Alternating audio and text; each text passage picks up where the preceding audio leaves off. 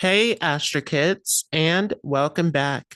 And in today's video, we'll be talking about the conjunction of Mars and Ketu. Let's go ahead and jump right into this. So firstly, what do you need to interpret this conjunction of Mars and Ketu? Well, definitely you want to see this in the D1 Rashi chart. See this from your ascendant sign. This is going to tell you so much. You can also look at this from your moon sign as well. So take the moon and put it in the first house of the chart, and you can read from there. You also want to check the strength of this in the D9 Navamsa chart as well. This becomes very important, and the final say is always in the D60 chart. It's very important also to see the sign placement of this conjunction. If you have this in a fire sign, then this is going to increase the anger, the frustration, the energy, the enthusiasm in this placement. And sometimes there is a need to really find humility with this placement and to channelize this energy constructively. This becomes very important. At the same time, this can make you a great fighter where you are all about standing up for those in need. And this can be very helpful for the world with this placement. This can also help you in obtaining great wisdom and spiritual knowledge as well. If you have this in an earth sign, then this can be a bit of a difficult position for this conjunction. This could make you very much determined, ambitious, especially if you have this in the sign of Taurus. It gives this very stubborn, belligerent determination. But there are sometimes issues with this where you become deeply dissatisfied or you find it difficult to keep things the way that you would like them to be. K2 forces you to let go with this placement. If you have it in Virgo, especially, it can make you very skilled and technical, but there can be some issues with self criticism that you need to work on. If you have it in Capricorn, there may be issues in your career, dealing with the boss, dealing with coworkers sometimes. And sometimes there's a need to pick your battles very wisely with this position to not just get into unnecessary conflicts because this can drain you of your energy. If you have this placed in an air sign, there can be all sorts of difficulties with this. Neither Mars or K2 are really happy in these air signs. So, especially if you have it in Gemini, there may be issues with communication, dealing with other people. There can be issues even with traveling. You can have a lot of unfocused energy where you can just scatter yourself into various directions without any particular goal in mind. So sometimes there's a need to take a break and to really think about what direction you want to take in life. If you have it placed in Libra, it can cause some issues in relationships, especially because Mars in Libra can cause a tendency to repress anger. So you may have some unexpressed feelings and things that really need to be laid out on the table with this placement. Sometimes you can be too people pleasing or diplomatic in situations, and there's a need to just be able to express your needs in the relationship. This becomes very important. If you have this in Aquarius, this can make you feel different or set apart from your group, from your friends. Sometimes you could even lose friends. You can have disappointments, dissatisfaction in your friend circle. If you have it placed in a water sign, this can be great for anyone who is into spirituality, occult, mysticism, astrology.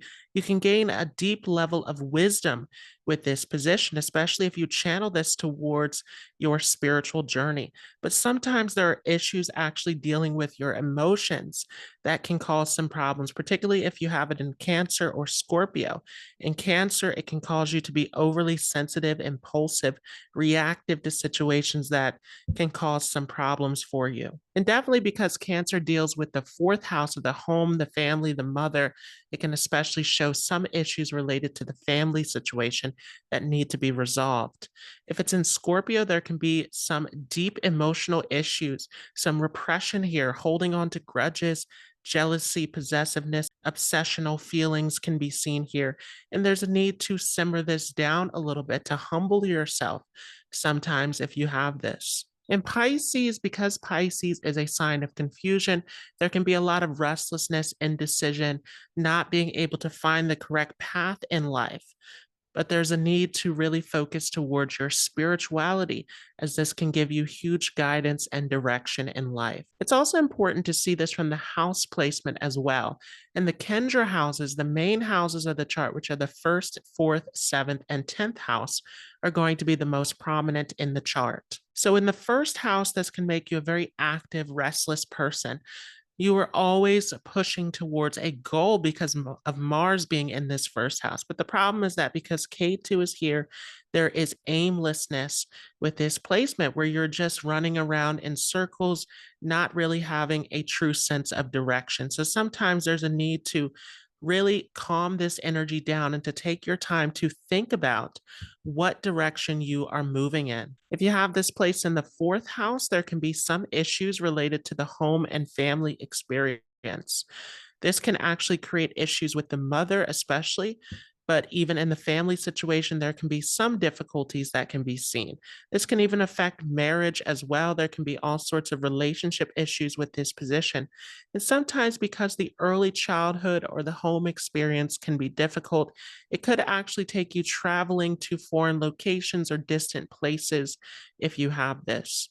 If this is placed in the seventh house, then definitely there can be all sorts of issues in relationships, conflicts, arguments, disagreements coming up in this area. And sometimes there's a need to learn how to let go and to choose your battles wisely in relationships because this can really damage this area.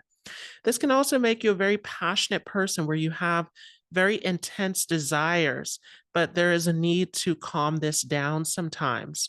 The more that you become patient and understanding in your relationships, the better this will be for you. If you have this in the 10th house, this can give you a lot of focus, determination in your career. But the problem is, again, K2 creates this restless, aimless energy. So this can actually take you changing to different career positions throughout your life with this placement. And there's a need to find a way to channelize this energy properly. This can also create some issues in your relationship with the boss, with work colleagues, in the work environment sometimes. What this can definitely show, though, is that you can be a great leader, a great guide for other people. But sometimes there's a need to really get in tune with who you are with this placement because you can be unaware of these qualities or not fully believe in yourself sometimes. So, what happens when Mars and K2 are in conjunction? Well, this is a very interesting combination because K2 and Mars are both of the fire element. So there's a lot of fire in this combination.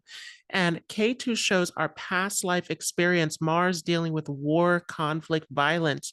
So it definitely shows in a past life you were some kind of fighter if you have this conjunction. And so this definitely means that in this life, you also are a fighter. This gives you a lot of fighting ability with this placement. You're very competitive. You're very fearless with this placement. You can overcome all sorts of obstacles and difficulties in life. Definitely, there's a need, though, to calm down some of this energy sometimes because you can even deplete yourself of your energy by putting too much of this energy out. This definitely means, though, that you can be skilled at fighting, at standing up for other people, at being available in emergency situations to help those in need. So, the more that you channel this energy into helping people, into doing good in the world, this is going to help you. But when you get too much into conflicts, debates, and so forth, it can actually result in instant karma where you can really struggle in this area. So there's a need to pick and choose your battles very wisely with this placement.